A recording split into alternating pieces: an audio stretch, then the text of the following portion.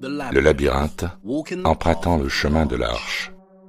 Auriez-vous l'amabilité de me laisser me livrer à un acte de spéculation sauvage pour tenter de relier quelques points, même s'ils restent fantaisistes, de poser une simple question et voir où cela mène. Cela peut s'avérer utile par la suite, mais rappelez-vous que ce n'est que de la spéculation pour l'instant. Se pourrait-il qu'il y ait une cathédrale en Antarctique?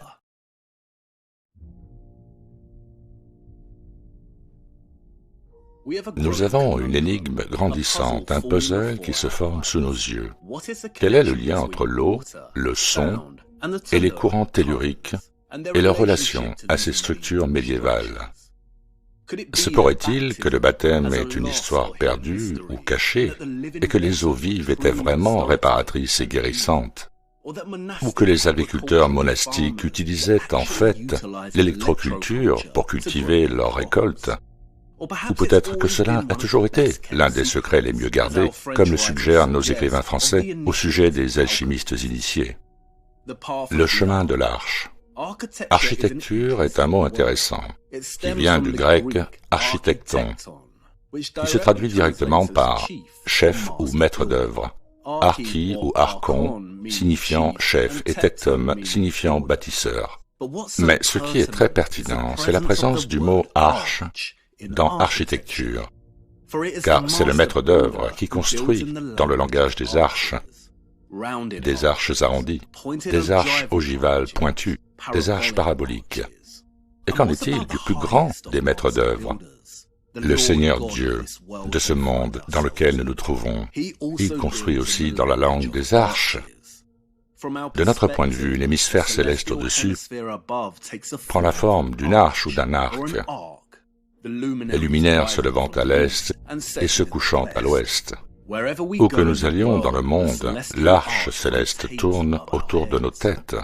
Et le plus beau des arches, cette vie est ce monde le plus compliqué des labyrinthes. L'un des aspects les plus frappants de l'architecture du Vieux Monde est sa relation au soleil et aux étoiles. La majorité des structures ecclésiastiques médiévales sont alignées de manière cardinale. Le chœur est délibérément situé à l'est et la nef à l'ouest. Pourquoi? Dans la cathédrale de Chartres, au solstice d'été, à midi précise, un rayon de soleil traverse un petit espace dans le vitrail et frappe une pierre particulière du transept. Pourquoi? Il y a aussi une longue histoire d'astronomes utilisant les cathédrales pour construire un méridien, une ligne de longitude qui va du sud au nord, dans un grand espace sombre dans un bâtiment avec un trou dans le toit, qui permet de suivre le déplacement de la position du soleil à midi.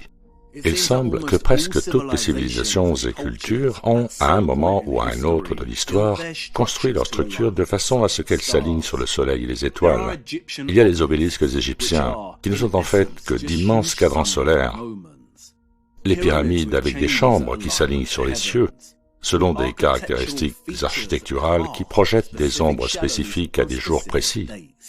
Des espaces et des monticules qui interagissent avec les solstices. Des temples qui dansent avec les équinoxes. Et peut-être que les cathédrales médiévales interagissent avec le soleil et les étoiles d'une manière pas encore reconnue.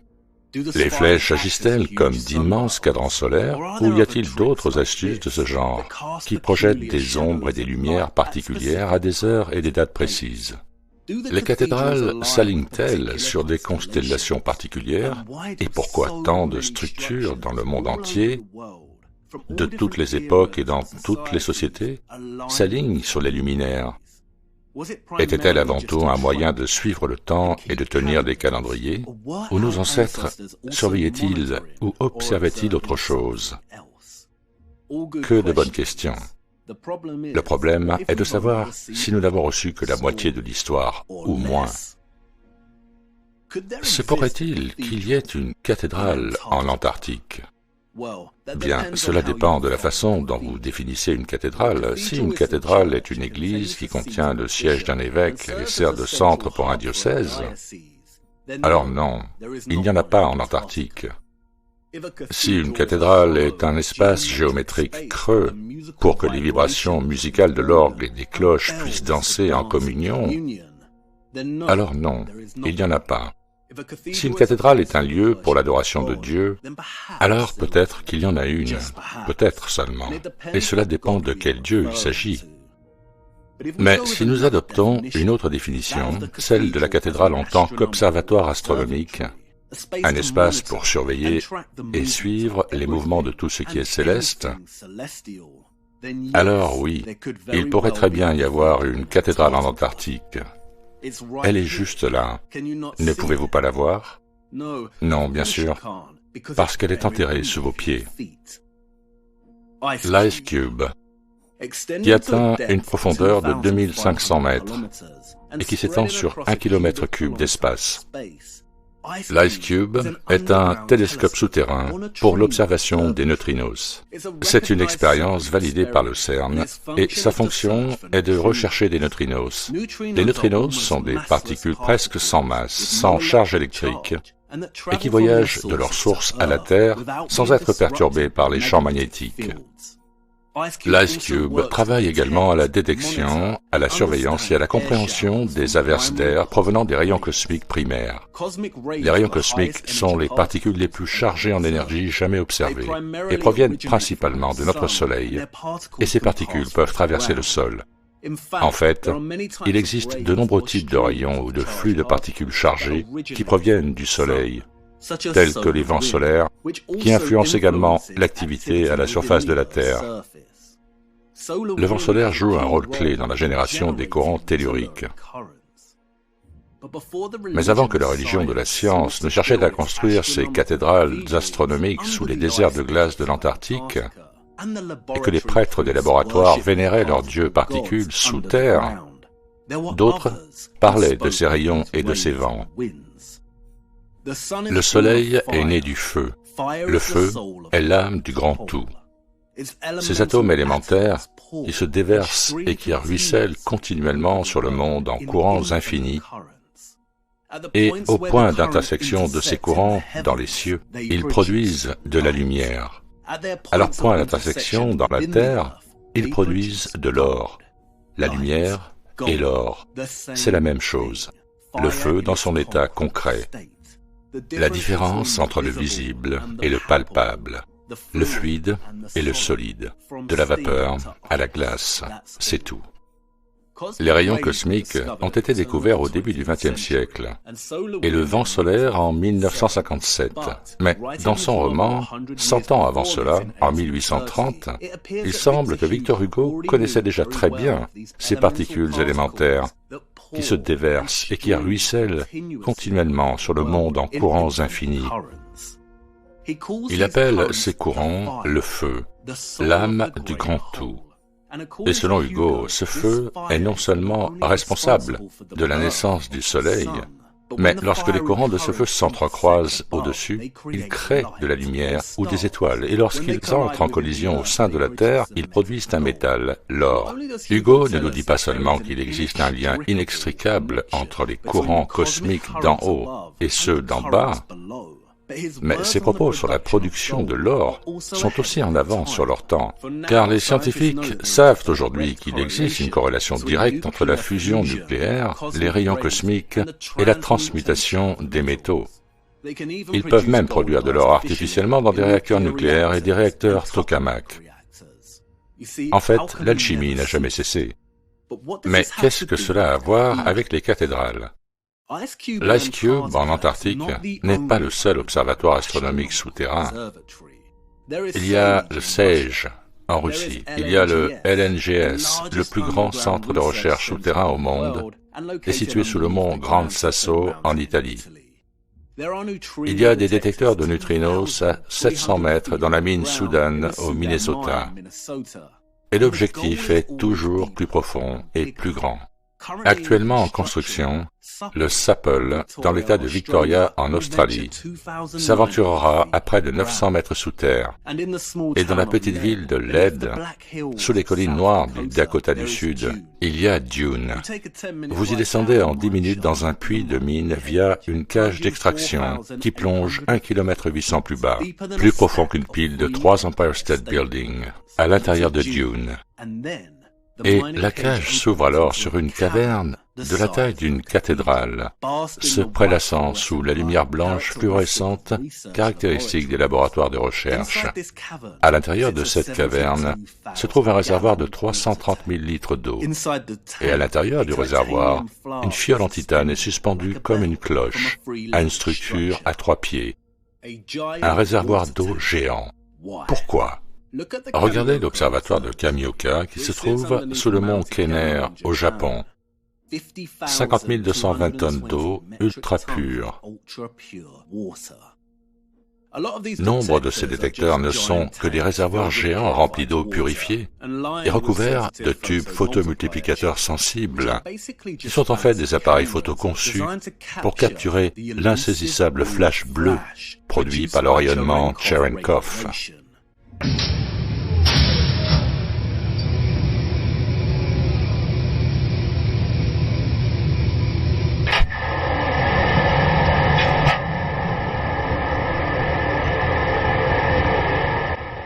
De temps en temps, lorsque ces particules traversent la Terre, un neutrino s'écrase sur un électron, dont découle un flux de particules spécifiques. Si l'accident se produit dans un matériau où les particules peuvent s'y déplacer plus vite que la vitesse de la lumière, elles émettent une traînée de lumière bleue, connue sous le nom de rayonnement Cherenkov. Mais pour pouvoir détecter cet événement rare et aléatoire, les scientifiques et les ingénieurs ont besoin d'un matériau qui soit à la fois bourré d'électrons et transparent à la lumière, pour que le rayonnement Cherenkov puisse être observé. Donc, qu'est-ce qui est à la fois dense, transparent et disponible en grande quantité sur notre Terre? L'eau. C'est pour ça que l'Ice Cube est situé en Antarctique. L'air glacé est particulièrement transparent et suffisamment clair pour qu'il puisse observer la lumière de Cherenkov. Et quelle belle couleur mystique! Une teinte d'un bleu vraiment profond, que certains décrivent même comme le bleu de Chartres, la lumière céleste dans l'eau. Et en effet, les litanies nous enseignent que la Vierge est le vase qui contient l'esprit des choses, vase spirituel. Sur la table, à la hauteur de la poitrine du Magi, il y a d'un côté un livre ou une série de pages ou de plaques d'or, et de l'autre côté, un vase rempli d'une liqueur astrale céleste, composé d'un tiers de miel sauvage, d'un tiers d'eau terrestre, et d'un tiers d'eau céleste. Le secret, le mystère, réside dans le vase. Les paroles énigmatiques de Falconelli sur les relations entre l'alchimie et les cathédrales sont particulièrement intéressantes. Qu'est-ce que ce vase plein de liqueur astrale céleste, qui est composé d'une partie d'eau terrestre et d'une autre partie d'eau céleste? Il précise qu'il s'agit d'un élément occulte, d'un feu secret qui, pour donner une idée de sa forme, ressemble plus à de l'eau qu'à une flamme. Ce feu, ou cette eau ardente, est une étincelle vitale communiquée par le Créateur à la matière inerte. C'est l'esprit contenu dans les choses. Le rayon igné, impérissable, emprisonné au fond de la substance obscure, informe et frigide. Tout comme Victor Hugo nous dit que le soleil naît des courants infinis, ce qu'il appelle le feu, l'âme du grand tout, Falconelli utilise aussi ce terme spécifique, le feu. Il l'appelle l'eau ardente, l'esprit contenu dans chaque chose et communiqué par le Créateur, et qui est formé par une roche ignée ou rayon ardent, emprisonné dans l'obscurité sans forme, composé de rayons ardents similaires aux particules des rayons cosmiques. Falconelli redirige ensuite son lecteur vers la consultation d'un texte anonyme, les préceptes du Père Abraham, pour en savoir plus. Cette eau primitive et céleste doit être puisée dans le corps où elle réside. Les philosophes ont donné tant de noms à cette eau, et elle est le solvant universel, la vie et la santé de toute chose. Les philosophes disent que le soleil et la lune se baignent dans cette eau et qu'ils s'y dissolvent. Celle-ci étant leur origine première, c'est par cette résolution que l'on dit qu'ils meurent, mais que leurs esprits sont portés sur les eaux de cette mer où ils sont enterrés. Encore une fois, nous avons une image de l'eau céleste et de sa relation inextricable avec les luminaires. Les eaux transportent, puis enterrent les esprits ou les courants qui créent le soleil et la lune, la lumière céleste. Les anciens connaissaient-ils non seulement les courants telluriques, la vouivre qui serpente sous la surface de la Terre, mais aussi le rayonnement Cherenkov, ou ce que nous appellerons désormais les eaux ardentes. Ce rayonnement électromagnétique émis lorsque les particules chargées traversent l'eau, l'illuminant de bleu. Est-ce la raison pour laquelle de nombreuses cathédrales ont été construites sur d'anciens monticules celtiques et s'enfoncent profondément sous terre, parfois avec des couches de cryptes, de tunnels et de puits d'eau profonds? Les alchimistes d'antan observaient-ils et étudiaient-ils les phénomènes astronomiques sous la terre, ainsi qu'au-dessus? La principale raison pour laquelle les scientifiques ont construit leurs détecteurs de neutrinos si profondément sous terre ou sous l'eau est pour bloquer les radiations cosmiques. Tout comme nous ne pouvons pas voir les étoiles pendant la journée à cause de la lumière du soleil, le rayonnement cosmique agit de la même manière, empêchant la détection des interactions des neutrinos. Construire un détecteur sous un rocher ou sous l'eau permet aux scientifiques de séparer l'interaction des neutrinos des radiations. C'est une forme de distillation qui n'est pas si éloignée de la protoscience des alchimistes médiévaux, dont les activités se concentraient sur la séparation et l'isolement de différentes substances et produits chimiques. Pourquoi nos ancêtres antiques et médiévaux n'auraient-ils pas eu connaissance des courants telluriques et n'auraient pas activement étudié et observé l'activité astronomique de la Terre? Peut-être ont-ils été témoins des eaux ardentes et ont compris qu'ils avaient vu la main de Dieu. Est-ce réellement si incroyable et grotesque que les personnes responsables de la conception, de la construction et de la structure de ces chefs-d'œuvre géométriques étudiaient également les courants astronomiques au-dessus et en dessous? Dans les années 1600, Athanasius Kircher a étudié les forces qui s'exercent sous nos pieds et a publié une étude, Mundus Subterraneus, dans laquelle il prétend qu'il existait des systèmes d'air, de feu et d'eau entrelacés à l'intérieur de la Terre. Ces diagrammes et ces explications qui cartographient ces courants souterrains et ces systèmes d'énergie sont très précis et complets. Était-il le seul à le faire? Peut-être ne pourrons-nous jamais vraiment comprendre l'espace s'il n'y a pas une compréhension commune du céleste en haut et du céleste en bas. Peut-être que le véritable espace est un système naturel de courant à l'intérieur de la Terre elle-même, et ce que nous voyons en haut n'est qu'une simple projection, une sorte de miroir. Est-ce une coïncidence que le noyau interne de la Terre est aussi chaud que le Soleil en haut, comme s'il y avait deux soleils, l'un au-dessus et l'autre en dessous? Peut-être n'avons-nous reçu que la moitié de l'histoire de l'espace céleste. Et pourquoi toutes les civilisations, à travers l'histoire, quelle que soit leur culture ou leur géographie, ont souvent construit des structures pour s'aligner sur le soleil et les étoiles au-dessus de nous? Ces structures pourraient-elles également s'aligner sur le monde céleste du dessous? Aurait-il pu observer et surveiller l'activité des courants telluriques ou d'autres systèmes énergétiques sous leurs pieds? Cela leur a-t-il permis une meilleure compréhension de ce qui se passait au-dessus de leur tête? Est-ce que l'étude de ce qui se passe en dessous les a-t-il aidés à comprendre le changement de position du Soleil au cours des décennies et des siècles? Ou les a-t-elle aidés à comprendre ou à se préparer à quelque chose d'autre? quelque chose de plus grand. Notre-Dame sous la terre, la Vierge. Falconelli affirme que la Vierge est un vase contenant les eaux ardentes ou la liqueur astrale céleste. Il est intéressant de noter que Sharp-Intel utilise également une imagerie similaire lorsqu'il affirme que la première chose à faire était évidemment de tracer les courants jusqu'à leur source dans la Terre elle-même, dans la caverne, ou encore par l'utilisation de l'eau qui en était imprégnée.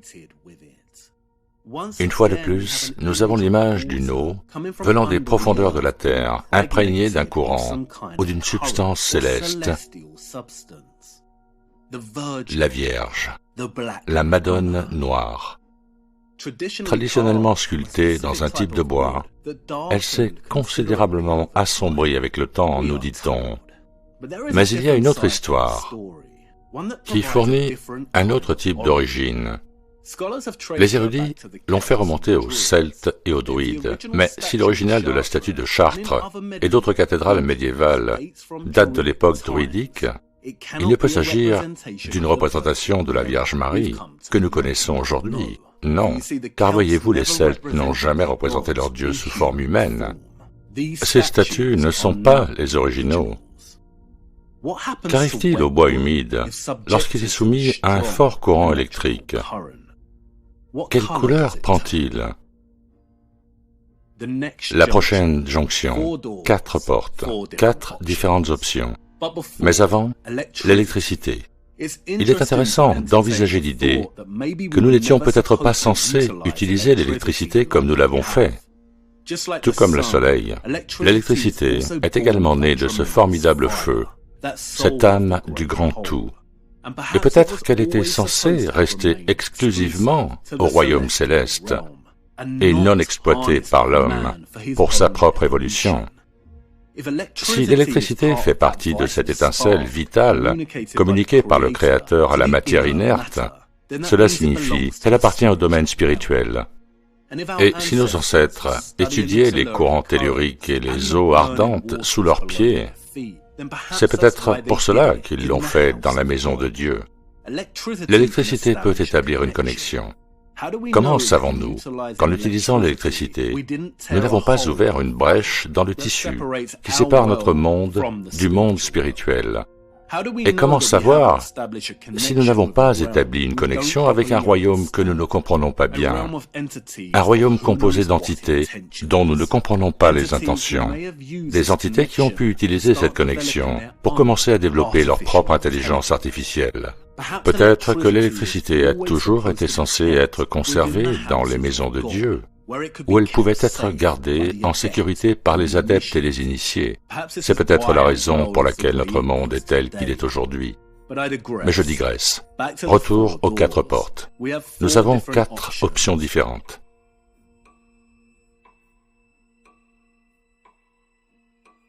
Et je pense que cette fois-ci, je vais choisir.